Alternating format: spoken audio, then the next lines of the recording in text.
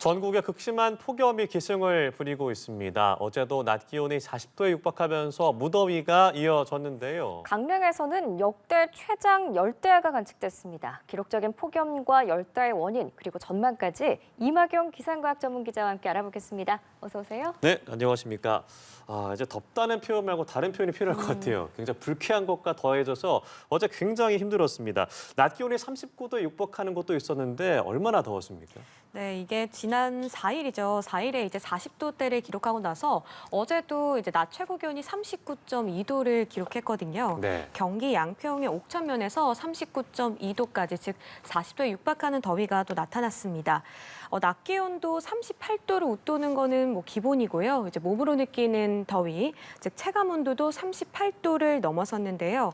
이렇게 8월 초에 기온이 오르고 통상 이제 중순까지 폭염이 좀 극심하게 이어지는데 이미 8월 초입부터 39도, 막 40도 이렇게 되다 보니까 네. 정말 올해가 기록적인 폭염이다라고 좀 볼 수 있겠고요. 네. 지난 3일에는 또 경남 양산에서 낮 기온이 39.3도를 기록했는데 이게 이제 극값을 이제 경신했습니다. 그러니까 낮 최고 기온을 경신을 했는데 최악의 폭염이라 불렸던 2018년의 기록을 또 깬 거거든요. 그래서 지금 올해 들어서 기온이 정말 40도대에 육박하는 굉장한 폭염이 나타나고 있다고 볼 수 있겠습니다. 40도라고 하면 사람 체온보다 높은 수준인 건데 그렇죠. 과거에는 40도를 잘 못 봤던 것 같아요. 날씨 뉴스에서도. 네. 과거에 몇 번 있었나요?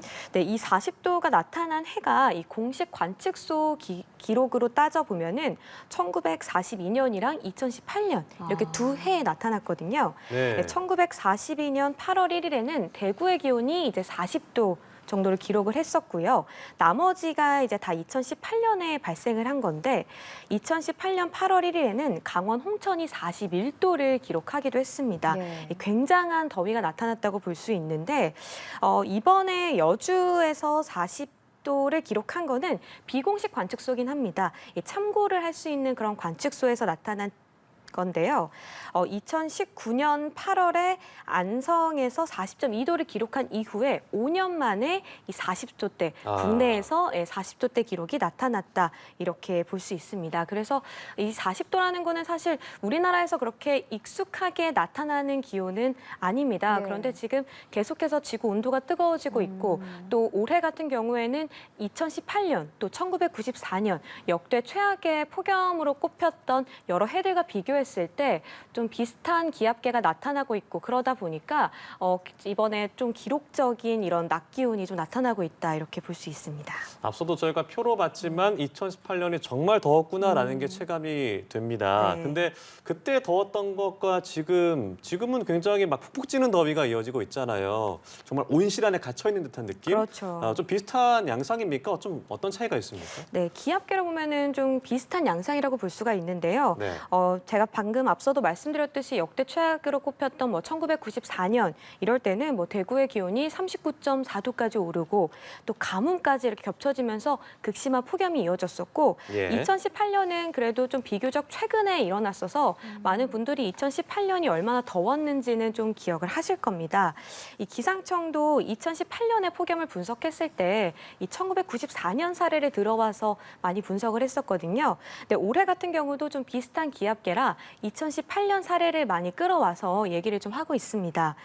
두 개의 고기압이 우리나라를 덮고 있다 이런 얘기를 굉장히 많이 들어보셨을 네. 텐데요. 예. 이 뜨거운 공기덩이가 한반도 위에 이렇게 연달아서 포개져 있다 이렇게 보시면 되겠습니다.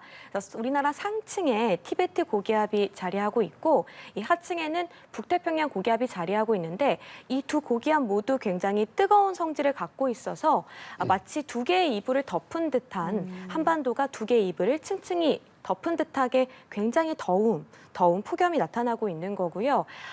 북태평양 고기압의 가장자리로 지금 따뜻한 고온다습한 남풍까지 불어들고 있거든요. 네.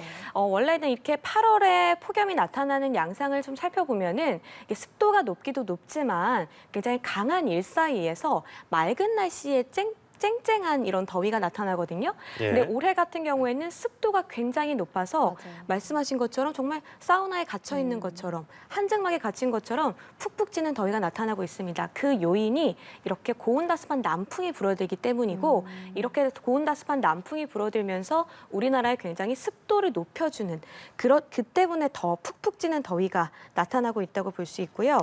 그래서 폭염일수를 비교했을 때 2018년보다는 폭염일수가 지금은 그렇게 많지는 않지만 열대야가 굉장히 많이 나타나고 예. 있거든요.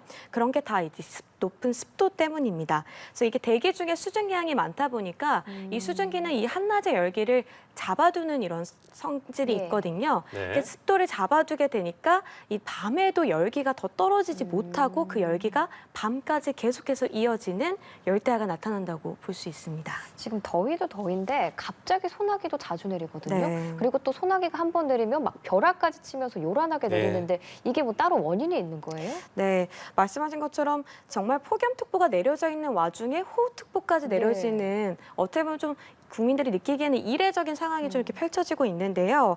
이 폭염 속 소나기 같은 경우에는 정말 시간당 100mm에 달하는 굉장히 극한 소나기까지 관측이 좀 되고 있습니다. 이 전남 무안에서는 어제인데요. 102mm의 굉장히 극한 호우가 관측이 되면서 긴급 재난 문자가 발송되기도 했거든요. 앞서 제가 고기압이 이렇게 덮고 있다고 말씀을 드렸는데 네. 이게 뭔가 소뚜껑처럼 완전히 탁 덮고 있는 그런 느낌은 아니고요.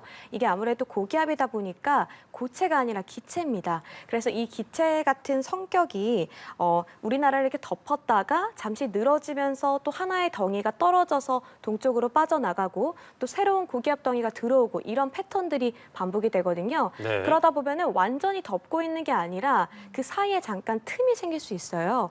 그 틈이 생기다 보면은 그 사이로 북쪽에 있는 찬 공기가 내려오게 되거든요.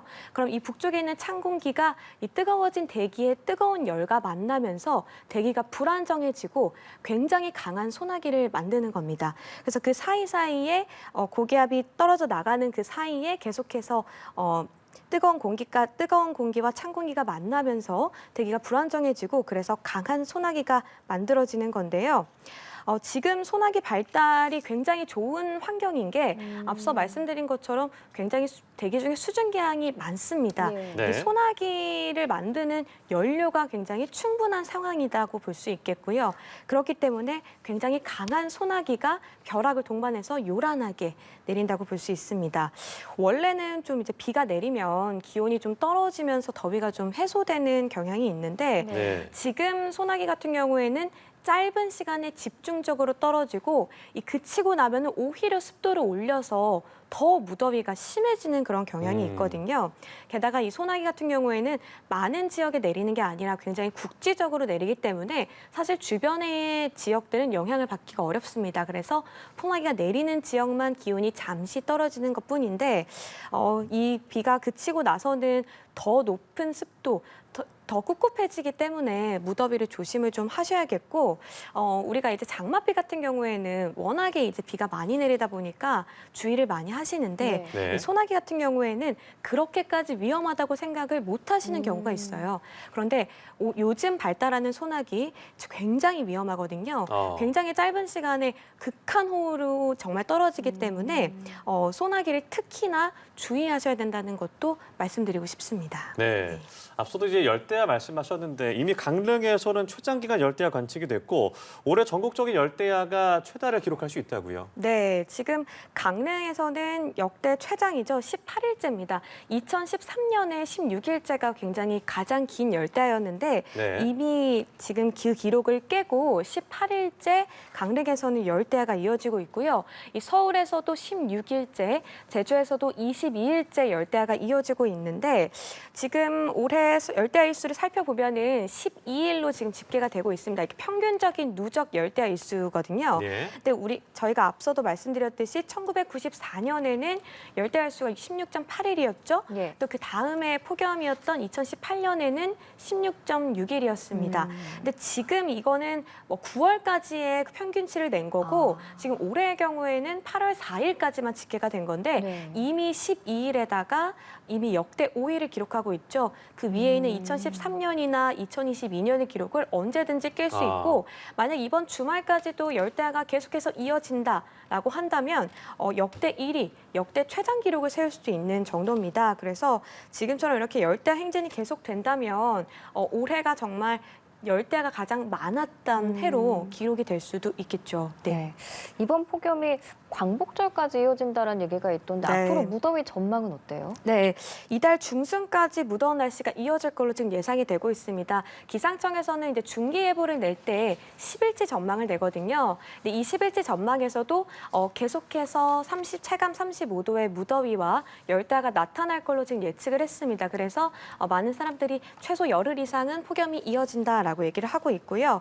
만약에 두 고기압의 세력이 좀 더 강화가 된다면 폭염이 극심해질 수도 있고 보시는 것처럼 목요일에 비 예보가 있는데요. 이 비가 내려도 지금 낮 기온이 33도 선을 유지하고 있죠. 네. 많이 떨어지지 않습니다. 그리고 토요일에는 낮 기온이 35도까지 또 치솟고요. 그래서 앞으로 당분간 이런 더위는 계속될 걸로 보이고 이때는 이제 온열 질환, 지금 특히 거의 1,690명에 달하는 온열 질환이 이미 발생을 한 상태거든요. 그렇기 때문에 야외 활동은 좀 가급적이면 자제를 하고 수분 섭취를 많이 해서 특히나 이 온열 질환 발생에 유의를 하시는 게 중요하겠습니다. 네, 한동안 또 이런 폭염이 이어진다고 하니까 건강 주의하셔야겠습니다. 지금까지 이마경 기상과학 전문기자와 함께 이야기 나눠봤습니다. 고맙습니다. 고맙습니다.